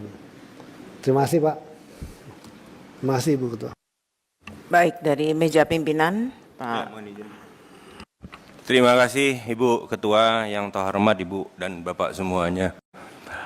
Yang pertama, saya ingin menyampaikan bahwa berkat kerja keras Pak Menteri, Pak Wamen beserta jajaran, budidaya ikan ini kan tumbuh pesat, Pak. Ya. Nah, pesatnya pertumbuhan budidaya ikan ini tentu menuntut pelayanan yang prima. Untuk itu kami mendorong Pak Menteri untuk UPT yang sudah memenuhi persyaratan itu segera bisa direalisasikan. Ya, contoh misalnya di Sumatera gitu loh. Itu kan yang ada sekarang, balai yang ada itu wilayah kerjanya sangat luas sekali Pak. Sehingga tidak mungkin kemudian memberikan pelayanan yang prima. Saya mohon yang sudah mendapatkan persyaratan misalnya seperti dukungan daerah untuk segera bisa direalisasikan. Yang kedua, terkait kesimpulan rapat, Pak Menteri, saya ingin menghimbau, mengingatkan kembali Pak Menteri untuk bisa membaca seluruh kesimpulan rapat kita. Karena kesimpulan rapat itu adalah kesepakatan kita bersama, kesepakatan Komisi 4 dengan Bapak beserta jajaran yang ditandatangani, Pak. Jadi mohon kesimpulan rapat itu bisa dilaksanakan, jangan kemudian terjadi efisiensi di kesimpulan rapat itu seperti efisiensi anggaran. Yang terakhir, Pak, ini justru saya mengatakan ini yang terakhir, karena rasanya terlalu lama kemudian kita menyita energi dan waktu. Saatnya kemudian kita juga harus bicara hal-hal yang lain yang lebih penting lagi. Yang terakhir yang saya sampaikan adalah soal pagar laut. Mohon izin Ibu Ketua, bukan maksud ingin mengulang. Tapi ini harus disampaikan. Sedari awal, kasus ini memang tidak masuk di akal. Tidak masuk di akal karena ya toh, KKP sibuk mendeteksi ikan dan kapal, luput mendeteksi pagar laut yang panjangnya 30,6 km. Kalau minjam istilah Ibu Ketua, itu setengah tol Jagorawi. Maka tidak heran kemudian penyelesaiannya pun menghina akal sehat. Kenapa menghina akal sehat? Tadi sudah disampaikan oleh Pak Menteri, ada 196 kasus yang sudah diungkap oleh kementerian. Pelakunya semua perusahaan. Bisa disebutkan Pak Menteri? Perusahaan apa saja toh? Giliran pagar laut yang sedemikian kokoh dan panjang, lah pelakunya cuma inisial. Kan menghina akal sehat namanya itu. Ya toh. Tapi ini realitanya, Pak. Tapi kita juga sudah harus melangkah ke depan. Tidak mungkin lagi terpaku dengan ini terus-terusan. Untuk itu saya meminta Pak Menteri, Pak Wamen beserta jajaran, berdasarkan sumpah janji jabatan Bapak Ibu sekalian, berdasarkan amanah yang diberikan, mohon kiranya bekerja keraslah Pak, berkoordinasilah, melaporlah, atau apapun gunakanlah kemampuan Bapak semua sekuat-kuatnya untuk mengungkap siapa sih rumah produksinya. Kalau kawan-kawan tadi mengatakan aktor intelektual, ini bukan lagi kelas itu Pak, ini sudah kelasnya production house. Saya yakin kita semua di sini ada merah putih di dada kita Pak. Kita semua yang ada di sini juga pernah disumpah oleh janji dan batan kita. Ingatlah itu. Jadi saya mohon Pak, jangan lagi kemudian ya toh, kita menghina akal sehat publik yang akhirnya tersumbat dan meletup dalam bentuk amarah yang kemudian tidak bisa kita atasi lagi. Terima kasih Ibu Ketua. Baik, terima kasih Pak Alex. Selanjutnya Pak Pangga. Terima kasih Bu Ketua, Pak Menteri, rekan-rekan anggota DPR Komisi 4 dan saudara sekalian. Saya juga tidak ingin bermaksud mengulang lagi, tapi kami mencoba untuk menekankan lagi apa yang sudah disampaikan oleh teman-teman terkait dengan pagar laut. Saya kira terima kasih Pak Menteri sudah menjelaskan semua hal dan menjadikan cukup terang tapi belum terang benderang, kira-kira gitu ya. Jadi baru cukup terang dan saya kira ini perlu untuk terus Pak Menteri masih harus kerja keras untuk bagaimana persoalan ini dibaca publik menjadi terang benderang. Oleh karena itu saya kira masih ke depan harus terus didorong untuk, karena keterbatasan kewenangan dari Pak Menteri, tentu saja ini harus melibatkan antar instansi untuk bagaimana kewenangan dari instansi yang bisa mengungkap ini secara terang benderang. Saya kira itu saja penekanan dari saya terkait pagar laut, dan tentu saja masih banyak lagi ternyata kasus-kasus seperti ini dan juga sudah terdeteksi dan terungkap juga oleh KKP, tentu kita juga ingin dapat informasi mengenai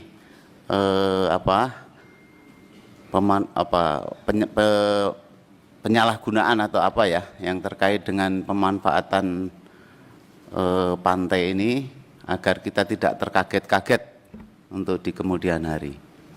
Yang kedua terkait dengan efisiensi Pak Menteri, mohon untuk diprioritaskan dan diperjuangkan agar efisiensi ini tidak mengorbankan program-program penting yang memang langsung punya manfaat baik kepada para nelayan maupun terhadap pendapatan negara.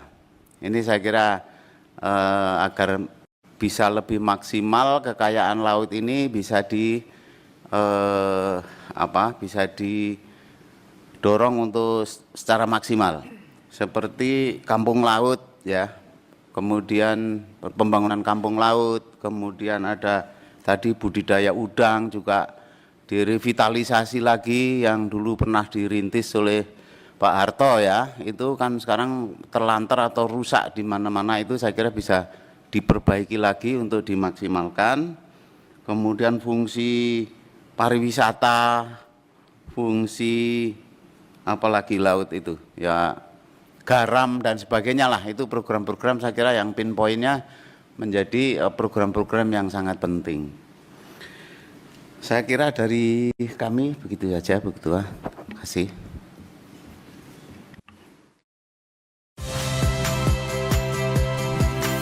Saya Valeria Bella. Saksikan program-program Kompas TV melalui siaran digital, pay TV, dan media streaming lainnya. Kompas TV, independen, terpercaya.